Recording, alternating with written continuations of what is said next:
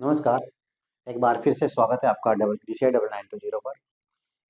10th class की जो super 30 की सीरीज चल रही थी अपनी, उसका आज तीसरा वीडियो है, तीसरी क्लास है। मैंने 60 क्वेश्चन पहले डाल चुका हूँ मैं। उनको आप लोग अगर नोट्स में कॉपी नहीं किया है तो कॉपी कर लीजिए, क्योंकि ये बहुत ही इंपॉर्टेंट रहने वाले हैं। आपके जो 2024 पर जो बोर्ड का पेपर आएगा उसमें लगभग 30 क्वेश्चन तो एक एक नंबर के आएंगे, और बाकी भी जो 100 और दबाग में जो क्वेश्चन आते हैं उसमें कहने को तो वो बड़े होते हैं, लेकिन उनमें से भी पार्ट्स होते हैं, और पार्ट्स के द्वारा उसको एक एक नंबर में बांट के दिया जाता है। तो पूरा पेपर एक एक क्वेश्चन, एक एक नंबर के क्वेश्चन पर क्या होता है, डिपेंड होता है।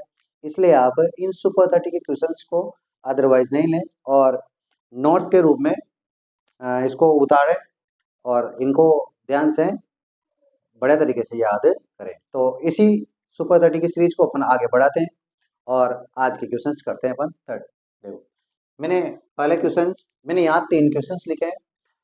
तीनों क्वेश्चन, पहला क्वेश्चन है निम्न में से मिलान कीजिए, दूसरा क्वेश्चन भी निम्न में से मिलान कीजिए। मिलान वाले क्वेश्चंस पे आते हैं वहां पर, तो देखिए आप मिलान कैसे करना है। एक तरफ तो आपको पदार्थ दे रखा है, और दूसरी तरफ आपको उनमें कौन सा अम्ल पाया जाता है ये दे रखा है। तो देखो, नींबू, नींबू में कौन सा अम्ल पाया जाता है, तो नींबू में सिट्रिक अम्ल पाया जाता है। नींबू में कौन सा अम्ल पाया जाता है, सिट्रिक अम्ल पाया जाता है। फिर सिरका, सिरका में कौन सा अम्ल पाया जाता है, एसिटिक अम्ल पाया जाता है सिरके में। फिर टमाटर, टमाटर में कौन सा अम्ल पाया जाता है, तो ऑक्जेलिक अम्ल पाया जाता है टमाटर। और दही में लैक्टिक अम्ल पाया जाता है। तो देखो, नींबू में सिट्रिक अम्ल, सिरका में एसिटिक अम्ल, टमाटर में टमाटर में ऑक्जेलिक अम्ल, और दही में लैक्टिक अम्ल। देखो बच्चों को ये याद नहीं होते हैं, तो मैं इसकी एक ट्रिक लेके आया हूँ आपके लिए। एक ट्रिक से याद रख सकते हो आप इसको। देखो ट्रिक क्या है, कुछ पूरे तो नहीं होंगे याद, लेकिन कुछ पदार्थों के जो उसमें कौन कौन से अम्ल पाए जाते हैं वो आराम से याद हो जाएंगे आपको। देखा ध्यान से, ट्रिक है।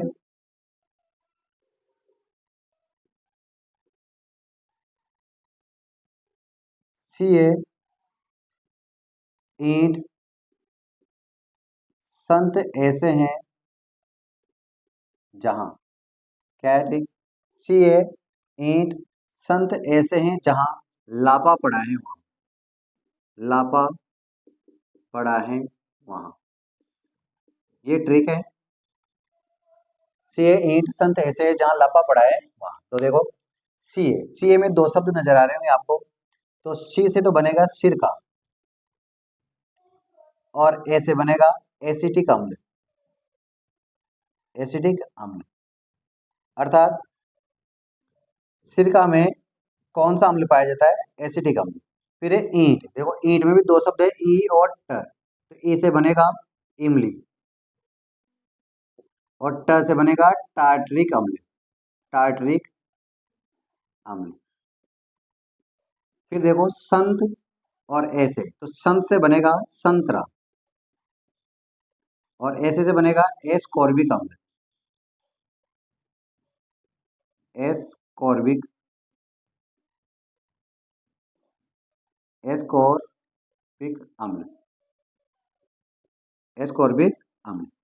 संत से संतरा, और संतरा में कौन सा अम्ल पाया जाता है, एस्कॉर्बिक अम्ल।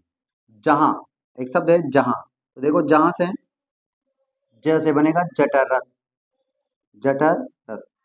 मैंने पाचन तंत्र में पढ़ा होगा अपने आमाशय में, आमाशय के द्वारा एक पदार्थ स्रावित होता है, एक रस का स्राव होता है, उसका नाम है जठर रस। और जठर रस में कौन सा अम्ल पाया जाता है, तो जठर रस में हास है हाइड्रोक्लोरिक अम्ल, हाइड्रोक्लोरिक अम्ल। तो देखो, सिरका में एसिटिक अम्ल, इमली में टार्टरिक अम्ल, संतरा में एस्कॉर्बिक अम्ल, जैसे जठर रस में हाइड्रोक्लोरिक अम्ल। फिर यहाँ लापा, क्या शब्द है, लापा। देखो ल से बनेगा लाल चीटी, यहाँ लिख देता हूँ, ल से लाल चीटी का डंक, लाल चीटी का डंक। तो लाल चीटी के डंक में फार्मिक अम्ल पाया जाता है। कौन सा अम्ल पाया जाता है, फार्मिक अम्ल। इसी फार्मिक अम्ल को आप मेथेनोइक अम्ल भी बोलते हो, मेथेनोइक अम्ल। इसको क्या बोल सकते हो आप, मेथेनोइक अम्ल भी बोल सकते हो। तो देखो एक बार और समझाता हूँ मैं। सी ए, ईंट, संत ऐसे हैं जहां लापा पड़ा है वहां। सी ए, सिरका में एसिटिक अम्ल, ईंट, इमली में टाइट्रिक अम्ल, संत संतरा में एस्कॉर्बिक अम्ल, जैसे मतलब जठरस में हाइड्रोक्लोरिक अम्ल, लाल चींटी में फार्मिक अम्ल या मेथनोइक अम्ल। तो इसके द्वारा आप बहुत सारे जो है पदार्थों के अम्ल ज्ञात कर सकते हो। फिर अगला क्वेश्चन है, निम्न का मिलान कीजिए। एक तरफ तो आपको कुछ यौगिक दे रखे हैं और उधर आपको उनके रासायनिक सूत्र दे रखे हैं। तो देखो साधारण नमक तो आप सब जानते हो, साधारण नमक का सूत्र क्या होता है, NaCl होता है। फिर दो नेगा सोडा का सूत्र होता है Na2CO3, Na2CO3 sodium carbonate point decahydrate, sodium carbonate decahydrate, तो इनको बोलते हैं डेका। आपने सुना होगा, 1 से लेकर 10 तक की गिनती को विज्ञान में ऐसे बोलते हैं, मोनो, डाई, ट्राई, टेट्रा, पेंटा, हेक्सा, हेप्टा, ऑक्टा, नोना और डेका। तो यहाँ पर आ जाएगा 10 है तो डेका हाइड्रेट हो जाएगा। फिर एसिटिक अम्ल का सूत्र होता है CH3 COOH और कार्बोनिक अम्ल का सूत्र होता है H2CO3। नेक्स्ट क्वेश्चन है, निम्न में से कौन सा प्रबल अम्ल है। देखो बहुत इंपॉर्टेंट क्वेश्चन है, प्रबल अम्ल और दुर्बल अम्ल। इसके साथ में आपको प्रबल सार और दुर्बल सार के क्वेश्चंस पूछे जाते हैं। सबसे पहले अम्ल क्या होता है, सार क्या होता है, ये सब मैंने आपको पढ़ा रखा है। तो देखो अम्ल किसे कहते हैं, वे पदार्थ जो जलीय विलयन में H+ आयन मुक्त करते हैं उन्हें क्या कहते हैं, हाइड्रोजन आयन मुक्त करते हैं उन्हें क्या कहते हैं, अम्ल कहते हैं। और वे पदार्थ जो जलीय विलयन में हाइड्रोक्साइड आयन मुक्त करते हैं उन्हें क्या कहते हैं, सार कहते हैं। अम्ल और सार दो प्रकार के होते हैं। कितने कितने प्रकार के होते हैं, दो प्रकार के। अम्ल के दो प्रकार है, प्रबल अम्ल और प्रबल सार। अम्ल के दो प्रकार है, प्रबल अम्ल और दुर्बल अम्ल। प्रबल अम्ल किसे कहते हैं, वे अम्ल जो जलीय विलयन में हाइड्रोजन आयन अधिक मात्रा में उत्पन्न करते हैं उन्हें तो क्या कहते हैं, प्रबल अम्ल। और जो अम्ल जलीय विलयन में कम मात्रा में, किसमें, कम मात्रा में हाइड्रोजन आयन मुक्त करते हैं उन्हें क्या कहते हैं, दुर्बल अम्ल कहते हैं। इसके साथ में अपन बात करेंगे किसकी, सार की। तो सार भी कितने प्रकार के होते हैं, दो प्रकार के होते हैं, एक तो प्रबल सार और एक दुर्बल सार। प्रबल सार किसे कहते हैं, तो प्रबल सार वे सार जो जलीय विलयन में अधिक मात्रा में हाइड्रोक्साइड आयन मुक्त करते हैं उन्हें तो प्रबल अम्ल कहते हैं, और जो कम मात्रा में हाइड्रोक्साइड आयन मुक्त करते हैं उन्हें क्या कहते हैं, दुर्बल सार कहते हैं, प्रबल सार कहते हैं और दुर्बल सार कहते हैं। देखें हम यहाँ पर आपसे पूछा है प्रबल अम्ल, तो प्रबल अम्ल के उदाहरण नहीं है। तो देखो प्रबल अम्ल का कौन सा उदाहरण नहीं है, ये भी प्रबल अम्ल का उदाहरण है। हाइड्रोक्लोरिक अम्ल प्रबल अम्ल है, सल्फ्यूरिक अम्ल प्रबल अम्ल है, नाइट्रिक अम्ल भी प्रबल अम्ल है। तो फिर ये प्रबल अम्ल का उदाहरण नहीं है, ये क्या है, दुर्बल अम्ल है। तो इसका राइट आंसर हो जाएगा डी। देखो मैं आपको एक ट्रिक बताता हूँ प्रबल अम्ल ज्ञात करने की। प्रबल अम्ल आप बताओ, हंसना अच्छी बात है या बुरी बात है। सर हंसना तो अच्छी बात है, हंसना तो क्या है, अच्छी बात है। मतलब हंसना लोगों के लिए क्या होता है, प्रबल होता है। तो आप इसे याद रखो, हंसना प्रबल होता है, हंसना क्या होता है, प्रबल होता है। तो देखो ह से हाइड्रोक्लोरिक अम्ल HCl, स से सल्फ्यूरिक अम्ल H2SO4, न से नाइट्रिक अम्ल या NO3। इस प्रकार से याद रख सकते हो। और दुर्बल अम्ल की भी ट्रिक है, दुर्बल अम्ल को भी ट्रिक के द्वारा याद रख सकते हो आप। दुर्बल अम्ल की ट्रिक है एसी का, एक शब्द याद रखो एसी का। तो एसी से तो एसिटिक अम्ल और का से कार्बोनिक अम्ल बन जाएगा। तो राइट आंसर क्या हो गया इसका, CH3COOH, एसिटिक अम्ल हो गया। क्या हो गया, एसिटिक अम्ल। नेक्स्ट क्वेश्चन देखिए आप, देखिए नेक्स्ट क्वेश्चन है क्वेश्चन नंबर 4। ओम के नियम के अनुसार किसी चालक तार में उत्पन्न विभवांतर के समानुपाती होता है। तो देखो ओम का नियम क्या है, ओम का नियम है किसी चालक तार में विद्युत धारा प्रवाहित करने पर उसमें उत्पन्न विभवांतर व विद्युत धारा का क्या होता है, समानुपाती होता है। तो देखो यहाँ पूछ रहा है ओम के नियम के अनुसार किसी चालक तार में उत्पन्न विभवांतर के समानुपाती होगा। तो किसके समानुपाती होगा, विद्युत धारा के क्या होगा, समानुपाती होगा। तो यहाँ आ जाएगा उत्पन्न विभवांतर प्रवाहित विद्युत धारा के समानुपाती होगा। अर्थात V इज प्रोपोर्शनल टू क्या होता है, I होता है, और इसका जब प्रोपोर्शनल हटाया जाता है तो V बराबर हो जाता है IR, जहां R क्या है, प्रतिरोध है। नेक्स्ट क्वेश्चन है विशिष्ट प्रतिरोध, देखो क्वेश्चन इंपॉर्टेंट क्वेश्चन है, विशिष्ट प्रतिरोध का मात्रक क्या होता है? तो देखो विशिष्ट प्रतिरोध क्या होता है, विशिष्ट प्रतिरोध क्या होता है, देखो विशिष्ट प्रतिरोध जैसे निकालते हैं, आर यल के तो होता है समानुपाती और ए के होता है वेद कर्मानुपाती, अर्थात जो प्रतिरोध है, यहाँ पे जो प्रतिरोध आया ना, ये प्रतिरोध तार की लंबाई के समानुपाती होता है और अनुप्रस्थ कार क्षेत्रफल के क्या होता है, वेद कर्मानुपाती होता है। जब यहाँ से प्रोपोर्शनल हटाया जाता है तो आर इक्वल टू आता है रो यल अपॉन ए, और जब यहाँ से यहाँ रो क्या है, रो क्या है, यहाँ विशिष्ट प्रतिरोध है, एक नेतांक है जिसे अपन क्या कहते हैं, विशिष्ट प्रतिरोध कहते हैं। यहाँ से जब मान निकालेंगे तो रो बराबर आएगा आर ए को इधर गुणा कर देंगे तो आर ए बटा यल, आर ए बटा यल। अब देखो विशिष्ट प्रतिरोध किसे कहते हैं, अगर विशिष्ट प्रतिरोध किसे कहते हैं, देखो अगर आर को तो आर ही रहने दें, ए अनुप्रस्थ कार क्षेत्रफल को 1 मीटर स्क्वायर कर दें और तार की लंबाई को भी 1 मीटर रखें, तो ये जो तार का प्रतिरोध है, ये तार का प्रतिरोध ही क्या बन जाएगा, विशिष्ट प्रतिरोध बन जाएगा। अर्थात अपन यूं कह सकते हैं, देखो ध्यान से समझना क्या होता है, अगर किसी तार का अनुप्रस्थ काट क्षेत्रफल 1 मीटर स्क्वायर और उसकी लंबाई 1 मीटर हो, तो उस तार का जो प्रतिरोध है वो प्रतिरोध ही क्या कहलाता है, विशिष्ट प्रतिरोध कहलाता है।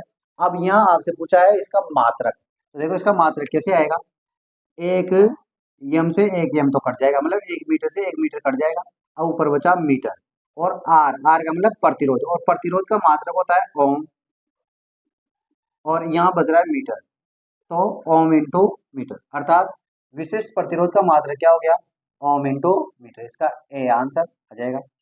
फिर देखो घरों में विद्युत का संयोजन किस क्रम में होता है, तो देखो दो प्रकार की क्रम होते हैं, दो प्रकार की श्रेणियां होती है, एक तो होती है समांतर क्रम श्रेणी और एक होती है श्रेणी क्रम श्रेणी। तो घरों में जो विद्युत का संयोजन होता है वो होता है समांतर क्रम श्रेणी, समांतर क्रम श्रेणी में।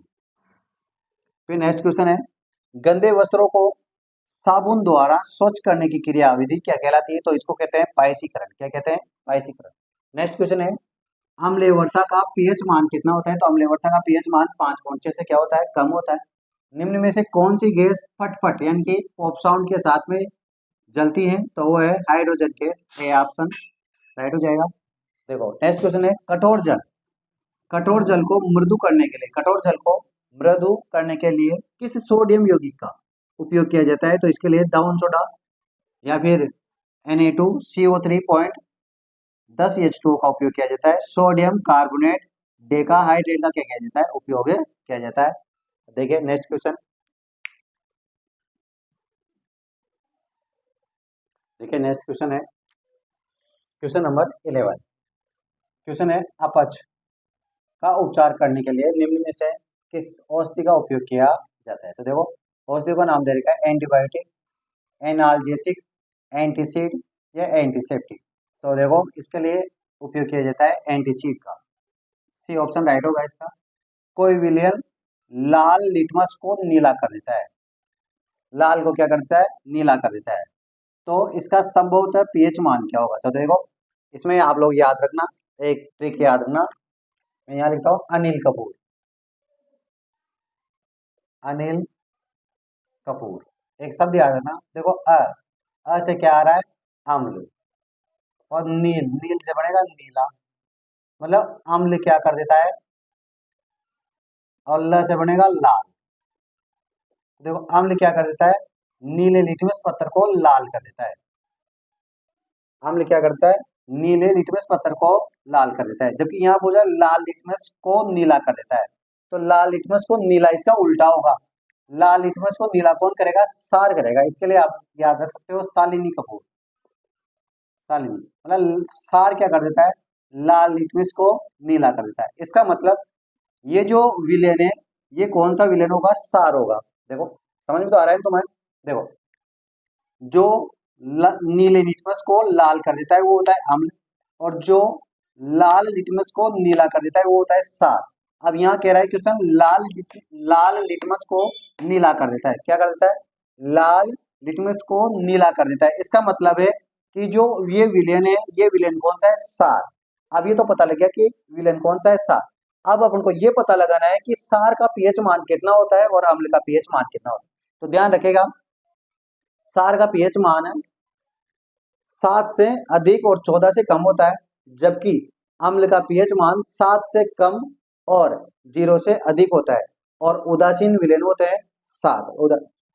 उदासीन विलेन का पीएच मान कितना होता है, 7 होता है। तो देखो, अब देखो यहाँ सार की बात हो रही है, इसका मतलब 7 से ज्यादा होगा। तो 7 से ज्यादा कौन सा आ रहा है, 10 आ रहा है। इसका मतलब डी ऑप्शन क्या है, राइट। अगला क्वेश्चन है, कोई विलियन अंडे के पीसे हुए कवच, अंडा के पीसे हुए कवच, अंडे का जो कवच होता है उसको पीसे हुए कवच। तो अंडा का कवच किसका बना होता है, अंडा का कवच कैल्शियम कार्बोनेट का बना होता है। किसका बना होता है, कैल्शियम कार्बोनेट का। तो कैल्शियम कार्बोनेट की क्रिया आपको एक विलेन से करवानी है, ताकि उससे एक गैस उत्पन्न हो, और वो गैस क्या कर देगी, चूने के पानी को दूधिया कर देगी। वो गैस क्या कर देगी, चूने के पानी को दूधिया। तो देखो, कोई विलेन अंडे के पीसे हुए कवच से अभिक्रिया कर एक गैस उत्पन्न करता है जो चूने के पानी को दूधिया कर देती है। तो इस विलेन का नाम क्या है, तो इनमें से वो विलेन कौन सा होगा। तो देखो, जो कैल्शियम कार्बोनेट है, ये कैल्शियम कार्बोनेट किसके साथ, हाइड्रोक्लोरिक अम्ल के साथ अभिक्रिया करके कैल्शियम डाइक्लोराइड बनाता है, जल बनाता है। और कौन सी गैस उत्पन्न होती है, कार्बन डाइऑक्साइड गैस उत्पन्न होती है। और जब इस कार्बन डाइऑक्साइड गैस को आप चूने के पानी में से प्रवाहित करोगे तो उसका रंग कैसा हो जाएगा, दूधिया हो जाएगा। उसका रंग कैसा हो जाएगा, दूधिया हो जाता है। तो इसका राइट आंसर है हाइड्रोक्लोरिक अम्ल। देखो नेक्स्ट क्वेश्चन है, एक समीकरण दे रखी है आपको, Fe2O3 फेरिक ऑक्साइड, और उसकी क्रिया करवानी है आपको एल्यूमिनियम से। और आपके पास एल्यूमिनियम ऑक्साइड और फेरस क्या हो रहा है, बाहर निकल रहा है। तो देखो यहाँ पर, यहाँ Fe और एल्यूमिनियम है। तो देखो, एल्यूमिनियम ने क्या करा, Fe को मतलब फेरस को उसके यौगिक से विस्थापित कर दिया। देखो यहाँ पर कौन था, फेरस आयरन था, और इस आयरन को एल्यूमिनियम ने क्या कर दिया, विस्थापित कर दिया, बाहर निकाल दिया। तो ये कौन सी अभिक्रिया होगी, विस्थापन अभिक्रिया होगी। मतलब विस्थापन अभिक्रिया में क्या होता है, कोई अधिक अभिक्रियाशील तत्व कम क्रियाशील तत्वों को उसके यौगिक से क्या कर देता है, विस्थापित कर देता है। ऐसी अभिक्रिया को क्या कहते हैं, विस्थापन अभिक्रिया कहते हैं। दोबारा सुने, अधिक अभिक्रियाशील तत्व कम क्रियाशील तत्वों को उसके यौगिक से क्या कर देता है, विस्थापित कर देता है। ऐसी अभिक्रिया को क्या कहते हैं, विस्थापन अभिक्रिया कहते हैं। तो यहाँ पर एल्यूमिनियम क्या है, अधिक क्रियाशील तत्व है, और ये जो फेरस है ये कम क्रियाशील तत्व है इसकी तुलना में, इसलिए इसको क्या करते हैं, बाहर निकाल दे। तो विस्थापन अभिक्रिया। अब देखो, ये तीनों क्वेश्चन इंपॉर्टेंट क्वेश्चन है, इनमें से कोई सा भी एक क्वेश्चन आपके पेपर में टपक सकता है, तो ध्यान रखें आप। देखो, पहला है हल्दी। हल्दी एक प्राकृतिक सूचक है। सूचक किसे कहते हैं, आपको पता है, सूचक क्या होता है, ऐसे पदार्थ जो अम्ल या सार, ऐसे पदार्थ जो अम्ल या सार का पता लगाने में सहायक होते हैं, उन्हें क्या कहते हैं, सूचक कहते हैं। तो देखो, हल्दी एक प्राकृतिक सूचक है, और इसके लिए क्या कहा है, हल्दी सार के साथ अभिक्रिया करके कौन सा रंग देती है। मतलब जब हल्दी के जले विलेन में आप सार डालोगे तो उसका रंग किस में बदल जाएगा, तो जब हल्दी में सार डालोगे, जैसे आप कोई सा भी, आप घर पे पाउडर होता है, वॉशिंग पाउडर, तो कोई सा भी वॉशिंग पाउडर लेना, और हल्दी में थोड़ा सा पानी डालना, और उसमें थोड़ा सा क्या डाल देना, वॉशिंग पाउडर डाल देना। तो उसका रंग क्या हो जाएगा, लाल रंग का हो जाएगा। अर्थात हल्दी सार के साथ अभिक्रिया करके कौन सा रंग देती है, लाल रंग देती है। अगला है फिनोप्थेलिन। ये प्राकृतिक सूचक नहीं है, कृत्रिम सूचक है। फिनोप्थेलिन सार के साथ अभिक्रिया करके कौन सा रंग प्रदान करता है, तो फिनोप्थेलिन सार के साथ अभिक्रिया करके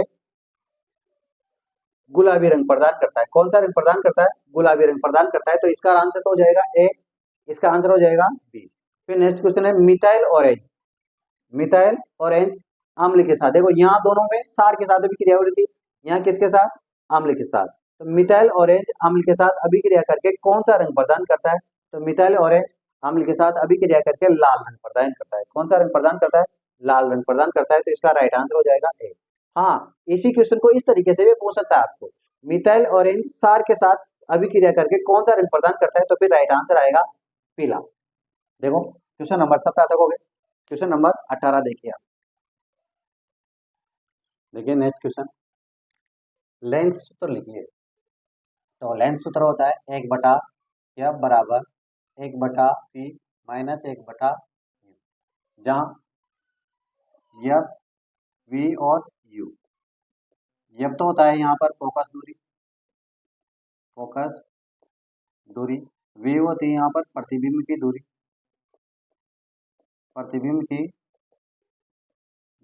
और यू क्या होता है यहाँ बिंब की दूरी, बिंब मतलब वस्तु, बिंब की दूरी।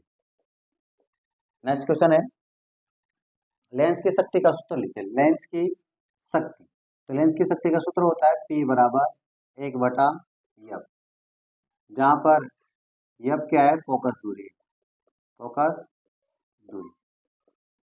लेंस की शक्ति का मतलब है लेंस के द्वारा प्रकाश की किरणों को आवर्धित करने की क्षमता, मतलब अभिसारित या अपसारित करने की क्षमता को क्या कहते हैं, लेंस की शक्ति कहते हैं। फोकस दूरी और वक्रता त्रिज्या में क्या संबंध है, देखो फोकस दूरी का मतलब होता है f और वक्रता त्रिज्या मतलब r।